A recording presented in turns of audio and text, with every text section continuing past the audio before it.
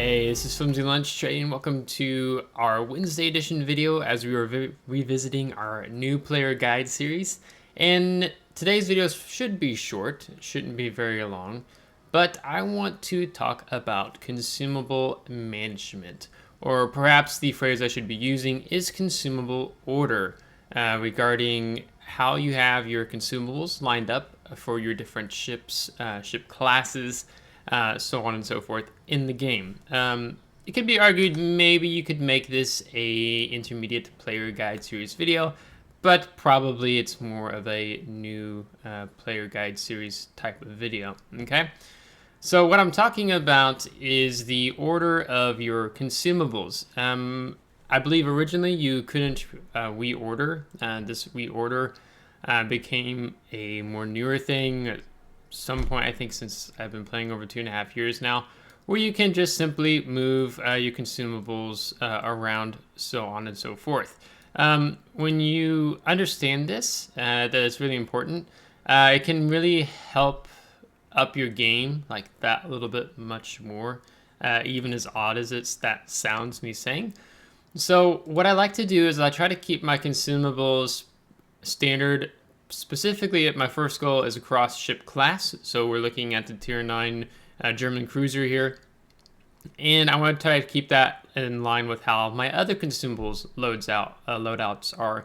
Because sometimes I often forget to, when I pick up a newer ship, like I haven't played this ship a whole lot yet, that I don't have it lined up perfectly. So if I do cruisers, I'll show you what I normally like to do with my consumable layout. So let's just go for more the high tier cruisers. So for example, on Worcester, okay? So this is my traditional, this is my order of how I like to have things. So I always leave the repair party R for, well, it's damage control party. Sorry, not repair party, that's this. But the damage control party, I like to leave tied to the R key. For my repair party, I leave that tied to the T key. For the hydroacoustic search, I tie it to the Y key. And then radar is U. And then defensive AA fire. If you have this many consumables, right, I leave it on I. Somewhat. So when I've been playing the gear, I keep going to battle, and then I go to pop a heal, and I end up popping hydroacoustic search rather than popping the repair party, right? So this is a little thing, but it helps you from making those little mistakes, and they even have this restored to default, so you can see how it was originally. I think you could actually even just go like that and turn that off. So I like to compare how I'm running it across the board. So when I'm researching, I pick up a new ship, I can keep it the same. Here on Minotaur, I actually have it backwards. So I like to check, oh, have I been doing that in the entire class? Is the UI is being slow? And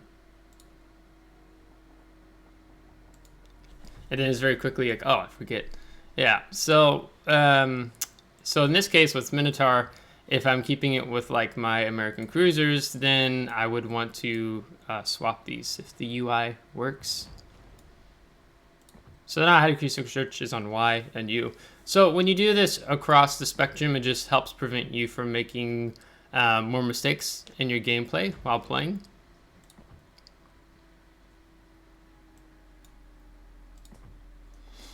And then, let's see, Moskva. Oh. We don't, not even using the Y here.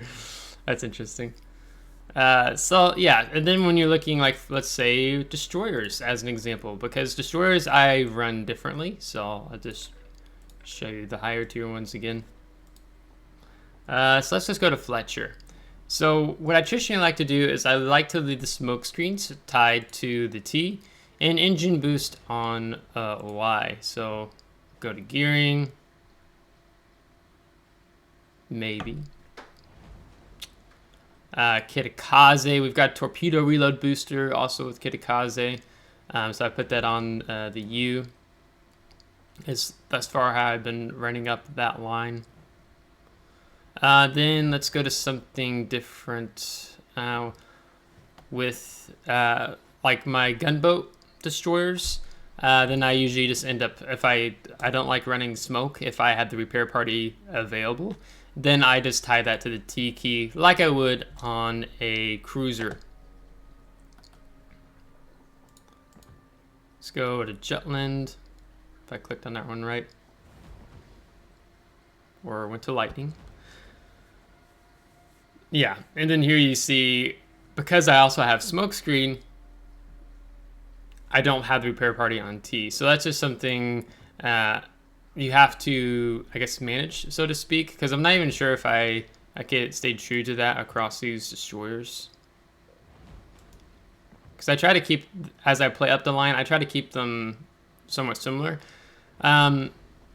So when you're able to do this, it just, in my mind, it helps you as a player overall of what to expect. So then when you're pressing these different consumable keys, it's not like it's natural, right? So battleships with repair parties, I like to again keep the T key tied to the repair party, and then spotter planes, I like to leave on Y. Here you're going to see things change up with the Bismarck, because I think I won Y on the cruisers with the hydroacoustic search. So of course you have some other ships that are going to come in here that have different consumable layouts. And here I have it switched up a bit. So if I have spotting aircraft, I like to try to keep that in the Y. So probably what we'll do here with Bismarck, I haven't played Bismarck in a while. We'll do that. Switch to the spotter for now. And just going through this, because I knew I had some ships that were a little out of order, and like Odin I haven't played for a while. So just doing this maintenance is nice. Sometimes I'm usually using more of the fighters if it's like convoy, because it forces you in closer to fight, right? Thunder, T, have the Y for the defensive AA. I could theoretically actually just switch this over to I, just to keep things simple and straightforward. Don't have actually many consumables at all on the Marlboro. Let's go to this line I'm grinding. Yeah. So as you are getting used to more things in the game, it can be convenient just to try to keep things straightforward. Now you don't tend to get engine boost on your battleships, but you know, here on Georgia, I have it on the Yuki. I think I haven't know I have a lower tier battleship that has engine boost as well. So yeah, and then you could probably look at aircraft carriers, which I don't play a lot. You guys have hardly ever seen me do aircraft carrier video. I haven't been playing them much, and I can check here. I mean, the consumables are going to be, I think, pretty similar. R for the cooldown on the engine, T to drop fighters, and I don't think you can even can't even switch them around, can you? No, it's just tied to those keys. So I don't even know how many battles I have with Lexington. I don't think I have many battles with Lexington. I have a lot more with Ranger. But I don't want to impose myself in playing this class. I don't care for it a whole bunch, and I'm still working to get better at it. So yeah, that was a little bit of a tangent there. So I want to keep this video just short and sweet.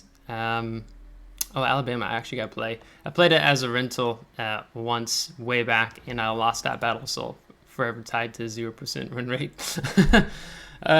So I just want to have this video, keep it underneath 10 minutes here, just to show you that, you know, as you get used to the game, just those little things you can do, and trying to keep your consumables in orders in terms of ship class. It helps familiarize yourself with the game, and when you're pressing different keys in the heat of the battle, you're not as likely to accidentally press the wrong consumable, because you have that consumable tied to how you run other battleships in that line, so on and so forth. So I think we're just going to call the video at that. But it's something that just came across my mind, and it was something that, hey, I need to work on this. I keep slacking on getting the Agur consumables we ordered. So hopefully, if you don't practice this already, maybe you already do, and this is kind of a late to the game type of a video for me to cover and chat with you all about. But it's nice, so don't need to beat the horse anymore on that, so we'll just go ahead and wrap up the video. So if you liked today's video, give it a thumbs up. If you did not, give it a thumbs down. Subscribe if you do want to see more. If you're subscribed, thanks so much. I really appreciate it, and we will catch you here next time. Take care.